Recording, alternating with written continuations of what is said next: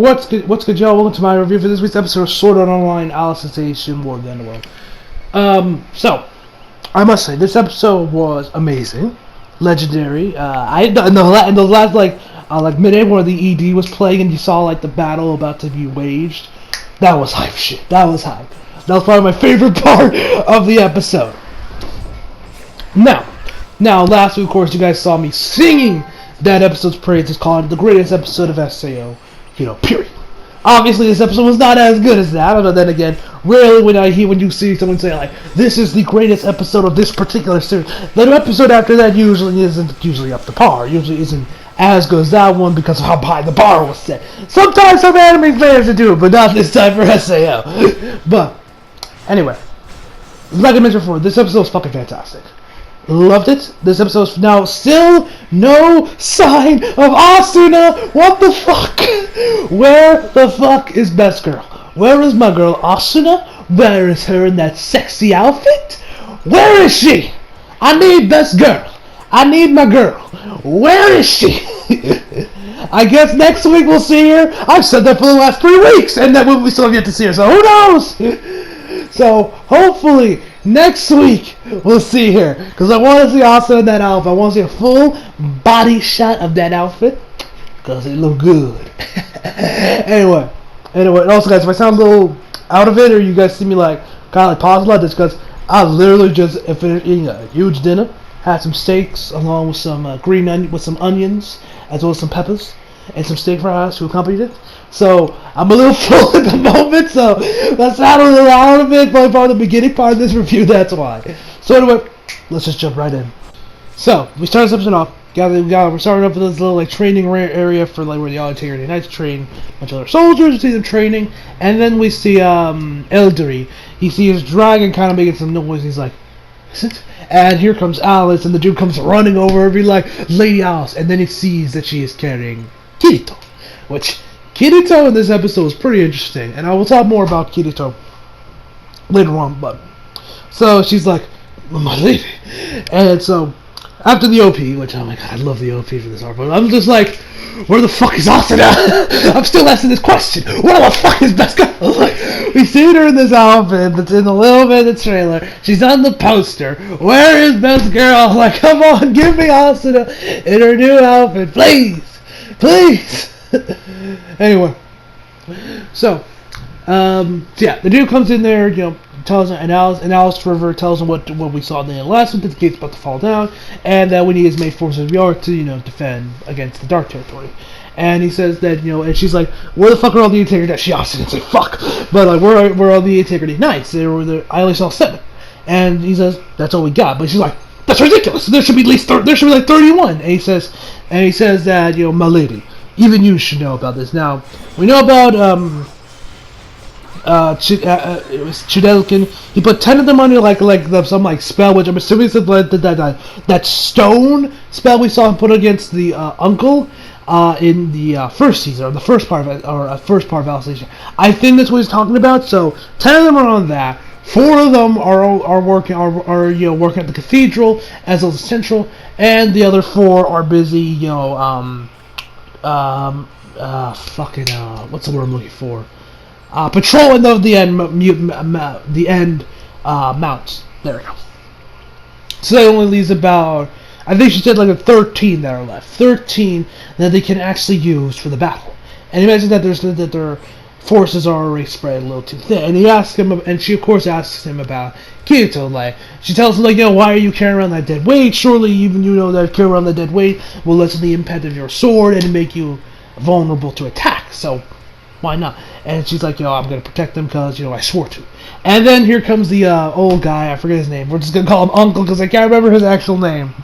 So she comes in, she's like, Uncle, and we get this nice little reunion between her and Alice. Because remember last time Alice saw him, he was turned to stone in the first part of Alicization.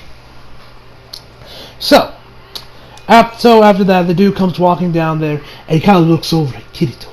And she's like, wait, is he going to go kill him? She puts her hand by her sword, ready to, bring it out if she needs to. He says, don't worry, little one. Looks over at Kirito. Breathe in and like his eyes expand, and when we hear this boom, this metal clank, and he asks her, "Did you see that, little one?" She's like, "Yes, for a moment I saw a sword. Cut something." And he says that he threw like a little integrity arrow or dagger. I forget exactly what he called, like an integrity dagger at Kirito, and that Kirito blocked it with his willpower alone. I mean, he wasn't protecting himself; he was protecting Alice. So while Kirito is indeed brain dead, he's not completely useless. So Kirito is at least mildly able to defend himself against attacks, I guess. But whatever the case may be, and then he looks over at Eldery and he says, "Surely, even you. So, with that being said, we can protect one lonely man. Because and she also mentions how Kirito is indeed there, and that he will come back one day, probably when he needs the most. So, in other words, probably the last possible saying, Kirito will awaken his god powers. Either that or Austin's gonna come in there. He's gonna maybe she'll hug him, or she'll say something in his ear and be like, "It's not your fault, Kirito," and Kirito wakes up. Either way, when Kirito awakens, it's gonna be fucking epic, man. And I hope to God we're gonna see her team up with Kirito, and maybe even throw Alice in the mix, because if we got Alice in there too, it's gonna be hype. But whatever the case may be, let's continue. So it's about nighttime at this point. Austin's not Austin. I wish Austin was in this episode. I'd probably be praising it a lot more than I probably am. I say it like I hated this episode. I loved it, man. This episode was amazing. It just, I don't know, that high that last episode was, and then there was this one. It just, I don't know, man. It's wish there was a little bit more, but that ending was pretty good. That ending was pretty good. Anyway, so Alice puts Kirito to bed, and Kirito, stretches out obviously he wants the swords, which I don't know why he wants his swords so badly, but man, those are his swords, bro. I mean, maybe it's because it's a connection to Yuja or whatever. So Alice goes and grabs them, gives them to Kirito, and so then Alice is like, what? And then she kind of thinks about what happened earlier about Kirito wanting to save, about Kirito trying to protect her, and she's like, "What do you think of me, Kirito? What do I think of Kirito? No, I can't think like that.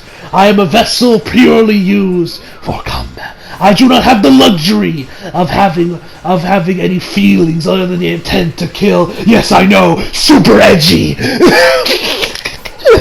Seriously, so edgy right there, ladies. No, that's so edgy.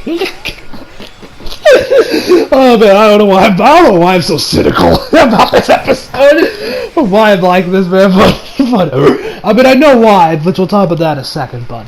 So then she grabs Kirito's cheeks, his head, and slowly goes in there to kiss him. Yes, Alice goes in for the kiss. I'm like, alright, let's see where this goes, because at this point I was like, God damn it, because this pretty much confirms my fears of Alice having a thing for Kirito, which I'll talk about that in a second, and really what, probably the biggest flaw of this series is just because of what happens in what has happened in the previous seasons of SEO. We'll get to that in a second. But Alice comes over there, and so yeah, she goes in there about to kick Kirito, and she's like, well, if I unleashed all my willpower to it right now, would you feel anything? Would that bring you back? So she goes in there, she's about mere inches away from Kirito's mouth. They're about to make contact before she hears something outside. She's like, oh shit. Goes out there, and it's Ronnie and Tisei, which it was nice seeing those two kids. Tisei, cute as fuck. Y'all know I'm a sucker for redheads. Oh, I love Tisei. I love her. She is super cute. This time, Ronnie and Tisei are rocking armor this time, obviously prepared for battle. And, they got their dinner for her, and they're like, we brought you dinner. They're, scared shitless. And Alice is like, you don't need to be so scared. I'm a swordsman, like everyone else, just call me Lady Alice. You don't need to be so formal and everything. And so they look at each other, and so she's like, did you guys need anything? And also Tisei comments how Alice seems a little differently than from when they last saw them, when she went to arrest Kirito and Yujo, around the beginning, or around the mid part, a little bit before the mid part of Alicization Part 1. Because, of course, then she didn't know about her being, Alice and, that other shit. She just knew she was the Integrity 9. She's like, oh, you think so? And so then she's like, do you guys need something? Ron and Tisei look at each other, nod. And so then they toss her like, hey, can we see you mentioned? So we heard that you came here with a black-haired guy, and we wanted to know if it was someone we know. And she knows like, oh yeah, you guys were friends with Kirito, right? And that you want to see it. And she's like, and they're like, hey, Kirito senpai's there. And then he says like, oh, Yuji must be there too. And I'm like, girl, I hate to break this to you, but you in for a rude awakening. So she's like, this may be too much for Bear, but since you were the juniors of Kirito and Yujo, I think y'all can take it. So she opens up the curtains. They go in there, and of course she sees Kirito. And brain dead Kirito. Tisei falls to her knees, or not Tisei, Ronnie falls to her knees. She's crying, she's holding Kirito's hand, and she's bawling her eyes out. Tisei, she's... What's wrong? Did their legs get skinnier or something? Because I swear to God their legs were a little bit thicker last time we saw them. I swear they're a little bit... I swear they're thinner here. I don't know if that's just me or not, but I swear their legs were a little bit thicker because their legs are like super skinny. Here in this scene, I was like, did y'all look? Did they get skinnier? Because I swear they were a little bit more thick before. But anyway, Tisei puts her hand on Yujo's sword, and she hears him speak to him. She says, "Don't cry. I'll always be there for you." And at this point, Alice is like, "Wait, did y'all?" And at this point, I'm legit feeling bad for these girls, especially Tisei, because we knew she had a thing for Yujo, and of course, this whole thing where she was like confessed her love to me, and I was just like, I felt bad for her because Yujo's dead, and she and her and Yujo had that little thing going where she said she was like gonna like come back to her, all that stuff. It was like man, I started to feel bad for Ronnie too, because she was Kirito's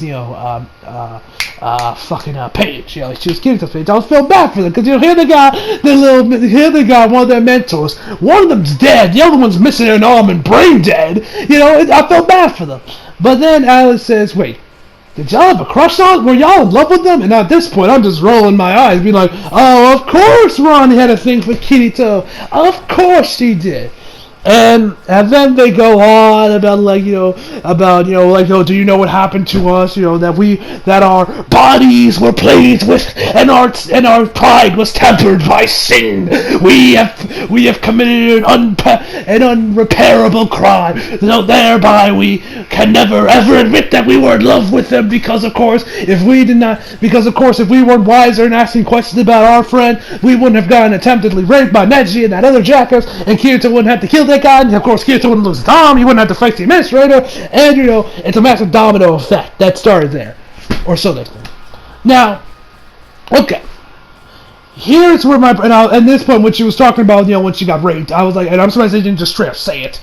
I was like, oh please, for love of God, don't play flashbacks of it, because I didn't want to relive it, because I was like, it was done super well, but of course because it was done so well, I made me super uncomfortable, and I didn't want to go back and rewatch it. But my main problem here, and why this scene was not well, because I gotta say, the voice acting here was amazing. The voice acting was spectacular. My main problem goes with this series, or with this episode really, about the fact about Ronnie and Tisei getting raped, and of course, Alice and Ronnie both having things with Kirito, is because of what Reki Kawahara has done in the past. SAO's Alicization is honestly a victim of Reki's past mistakes. Because, now, you guys know me when it comes to SEO. I fucking love this series. I will praise this series till the day I die. I will defend it till the day I die. And I would also call it a flawed masterpiece. You guys know I love SEO. It's my fucking shit. The experience I had watching season 1 is something that I've only ever had probably one extra time watching anime, and that was with Erased, and probably FMA Brotherhood and FMA too. But one thing, of course, like any of you, I am sick and tired of a lot of the things that Reki did in the past that a lot of people complain about. Of course, obviously, the rape.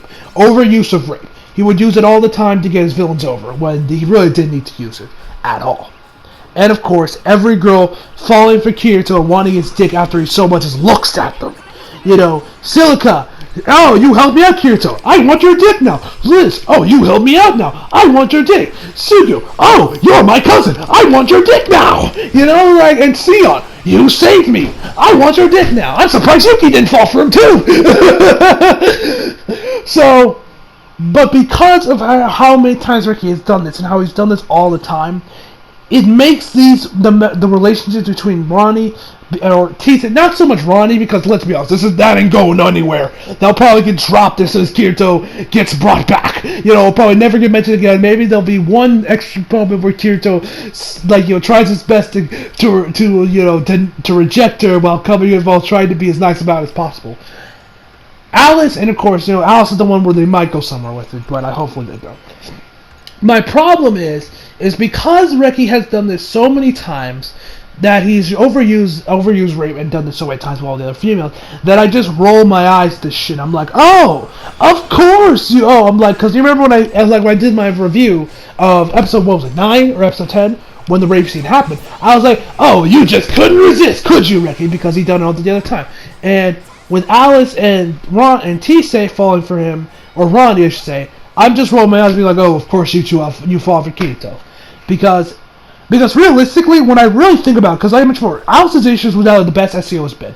You can really tell that Reki has really started to improve his writing here, and you can tell, like I mentioned before, Gabriel, he's fucking amazing as a villain. The Administrator was also great. Chudelkin was great. The villains were great. The other characters were great. Yujo as a supporting character was fucking fantastic, man. You can really see the development with these characters. They're a lot more dimensional, and they're just a lot more to them than, say, what Reki previously did with his characters back in the other arcs.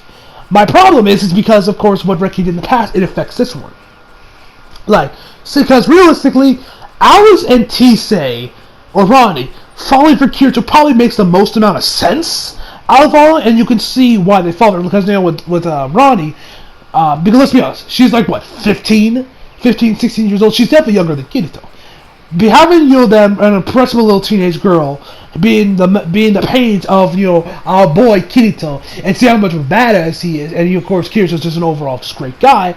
It makes sense for why she would fall for him because of that mentor role. She would think of him he's so cool, and she would eventually grow feel for him. It makes sense. Alice is because of everything that's happened with Kirito. Of course, there's all stuff with Alice's past, and of course everything that happened in without Alicization. It makes a lot more sense than what happened with, say, Sion, Yuki, Liz, and Silica. It makes a lot more sense because there's a lot more development there, and you can kind of see more like, oh, okay, I get why you kind of started to go with a thing for Kirito. But because Reki has done this so many other times in the past, I'm just rolling my eyes, and I'm like, oh, fucking course. Yeah, am I asking too much for one of the females not to want his dick? I really hope y'all get where I'm going and get my point here. Because that's honestly how I feel. Because like I mentioned before, realistically, if Reki did not do if Reki didn't have Liz fall for him, Sion fall for him, Silica, all the girls fall for him, I would be praising, and he didn't use rape all the time, I would be singing this man's praises right now. I would say, I would like when the rape scene happened, I would have been like, you know what, I gotta give my man Reki Kawahara mad props for tackling something like that and doing it as well as he did. I would have been singing that scene's praises. I'd probably never rewatch it again, but I would be singing its praises. Instead of me being a lot more, whilst praising it, being a lot more reluctant about it, kind of being like, really, Reki? You did great, but really? The same thing with these girls. I'm just like, it makes sense, but I'm just like, come on, Reki, really? I hope y'all get where I'm coming from with this, and I made some sense, because, that's because of, it works from this series, and also because I just despise love triangles in general, they never work. So, yeah, it makes kind of somewhat sense in the context of the story from the arc, but I'm just because of what Reki's done in the past, I'm just like, come on. Really, Reki, seriously? But, I digress, not be rambling on about that. I just wanted to get off that chance and explain that to you guys, because like I mentioned before, I love SEO, but I will always admit that it's flawed. It has its problems. And while Alicization has been amazing, it's definitely because of what's happened, because of what Reki's done in the past. A lot of what he does here, which he does a lot better here, it comes off a little bit more like, ugh, than when it should be like, it's some good stuff, Reki, But I digress.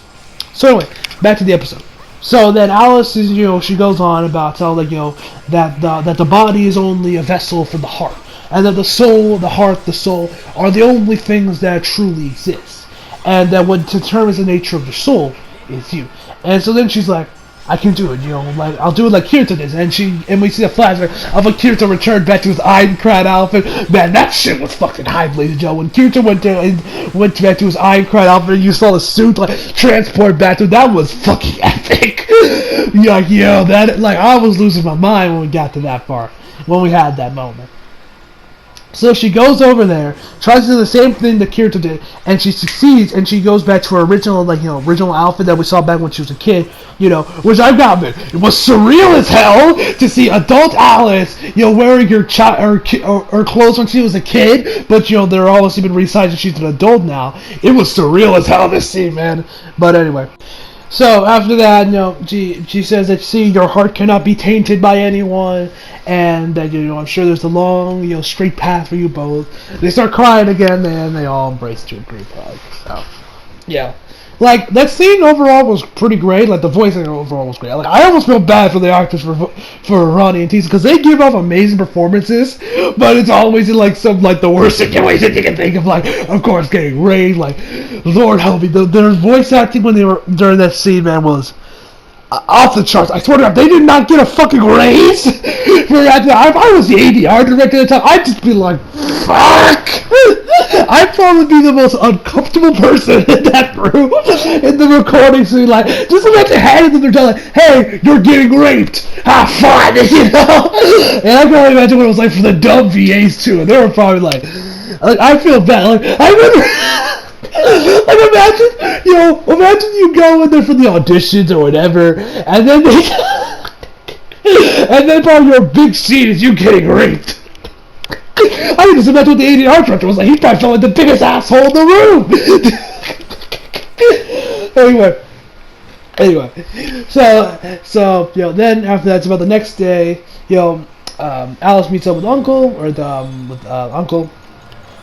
Tells her like, oh, hey, she asked him about what happened with Kirito, with Ronnie and Tise.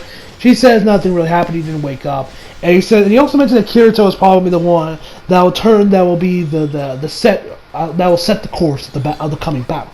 And she asked him why, because he knows that from that attack alone where he sent that like diagram and Kirito blocked it, that he knew that he had more, if not more actual combat experience than he did. And she's like, what do you mean by actual combat experience? And she means fighting for your life. Which, Kirito's a stranger to that. I mean, throughout Aincrad, he was fighting for his life. So, and she asked him, where to get all this combat experience from. And so she's like, Uncle, actually, Kirito's. And then she gets cut off by, I forget her name. The chick with that used the reflections. I forget her name, man. Her name is slipping my mind at the current moment. Can't think of it, but you guys remember her, the woman that was to hide her identity because she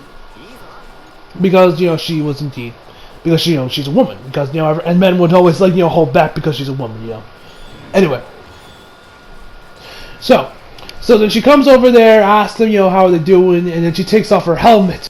So when she does that, Alice is shocked. She's like, wait, Lady Fantioto?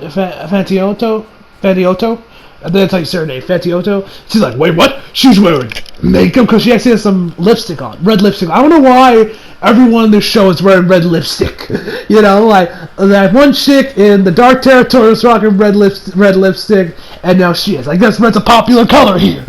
But whatever the case, she's now wearing red lipstick, and apparently her voice is more feminine now.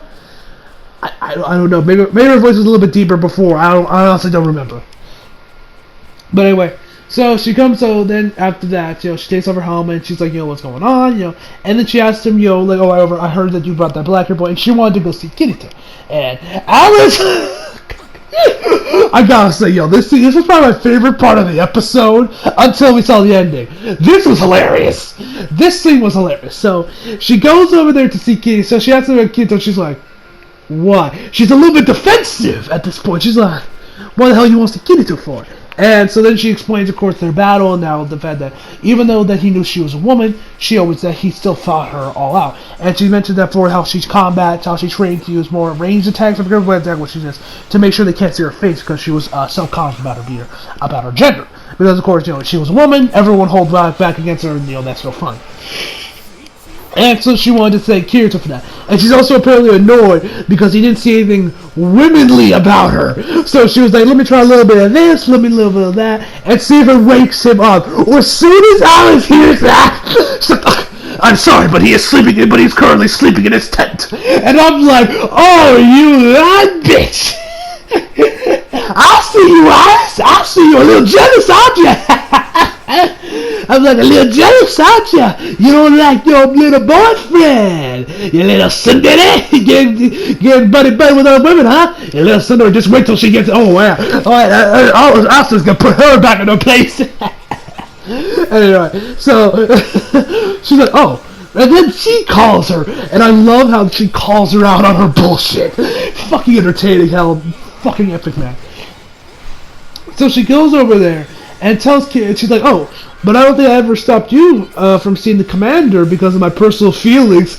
That little jab out there, man, that little slight, that little stab, that little shade thrown at, like, that was fucking perfect, man. And so from there. And she said, I don't think I need your permission to see Uncle. And then they get close, and they're like a bit of a face-to-face confrontation here. And Alice is like, first of all, I don't know why I'm doing it like that. But he says, first of all, if you wanted to fight against a man, all that, why didn't you ask Uncle? She's like, oh, he's the most powerful Tigger, so he would hold back against everyone. And then Alice, I don't know if she's bullshitting here or she's legit telling the truth. By the way, she did this just to piss her off a little bit. She's like, oh, really now? Because whenever I face against Uncle, the man would be drenched with sweat from fighting all out. She's like, oh, and she gets angry. She's like, oh, really now? They both look over at her, and the dude disappeared. And she's like, Uncle, she's like, Commander, is this true? And Alice is like, this is all your fault. And then they look over at him, and the man vanished. He's like, and it's time to start the war council. It's time to start the war council now. And he walks inside the tent. Probably my favorite part of the episode. Before the actual ending where we got the end credits playing and everything. So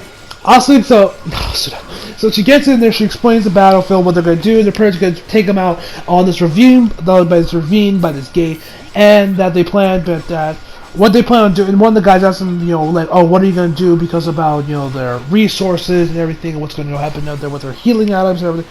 So she says that we're going to take out all the resources to make sure they...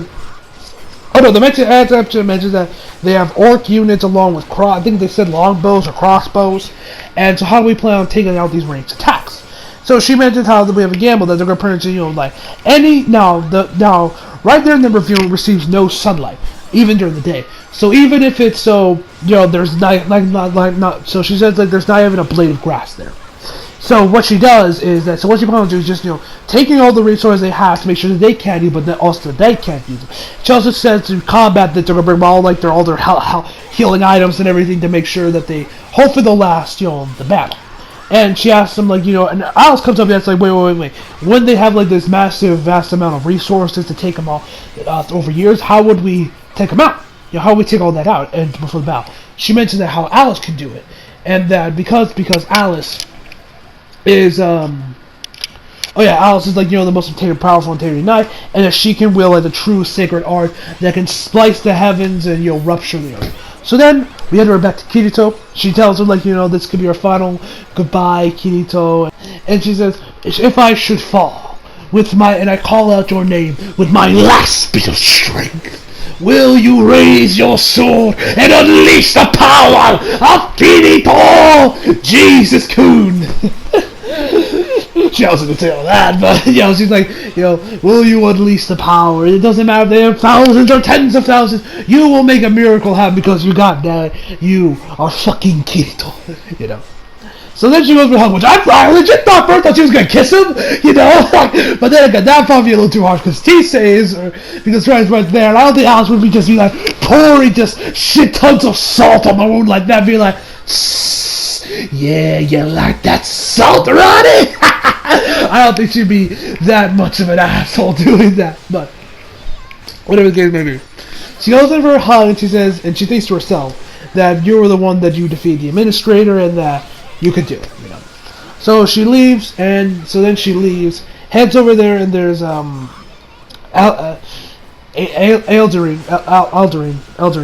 and she's like, and she goes over to Alice, tells her, that time to go, let's go.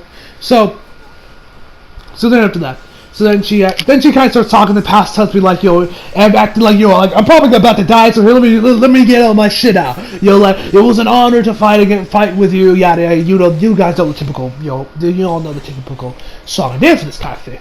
And so he's acting like, yo, why are you speaking in past tense? Why are you acting like you're gonna die or you're probably here? I'm not done learning from you. I want you to train me forever. And she's like, integrity synthesis atuando. And he's like, yes. And so then she gives him his last order as Integrity Knight. Survive, enjoy the peace, and find out what the hell your true life is. And that's where they leave. And so there we see the crap. So the game, one more crap envelops it before the thing disappears, and of course the ED starts playing. We just see everyone start preparing for battle. Looks fucking epic, man. It was some hype shit. And one thing that kind of surprised me is that Kirito is legit on the battlefield, which I didn't think they were going to legit put him in the battlefield. I mean, they mentioned they were going to pretend it, but I didn't think they would legit put him in the battlefield. But anyway, so she goes into the battle. So Kirito's he's actually wearing his outfit too, his normal outfit he had right before. He became Brandon. He's wearing his outfit, got swords and everything. The man's ready for battle. And so that's where the episode ends. So overall, I love this week's episode, man. It was fantastic. I know I mentioned how I had some problems with it, with what happened with Ronnie and Tise. It was great. The voice was great. I'm just like, I'm just kind of like rolling my eyes, just be like, whatever. This is the same old thing for SAO. So yeah. Overall, I'm going to give this episode a 10 out of 10. Just for the ED and the little comedy moment with Alice and, what's her name? At around the end of the episode, man, that was fucking fantastic, man. The voice acting was spectacular as well. So hopefully, next week, we see Asuna. Hopefully, next week is where we see Asuna. I hope to God that's when we actually see Asuna for once, because I've been sitting here waiting like, where the hell is Asuna? Where the hell is Asuna? Hopefully then, we'll actually see Asuna. Maybe we will, maybe we won't. We'll find out next week. So yeah. Hope y'all enjoyed the video. Leave a like if you did, subscribe if you're new. Follow me on Instagram, Twitter, flag, and link down in the description box below. And as always, come back for more. See you guys next time.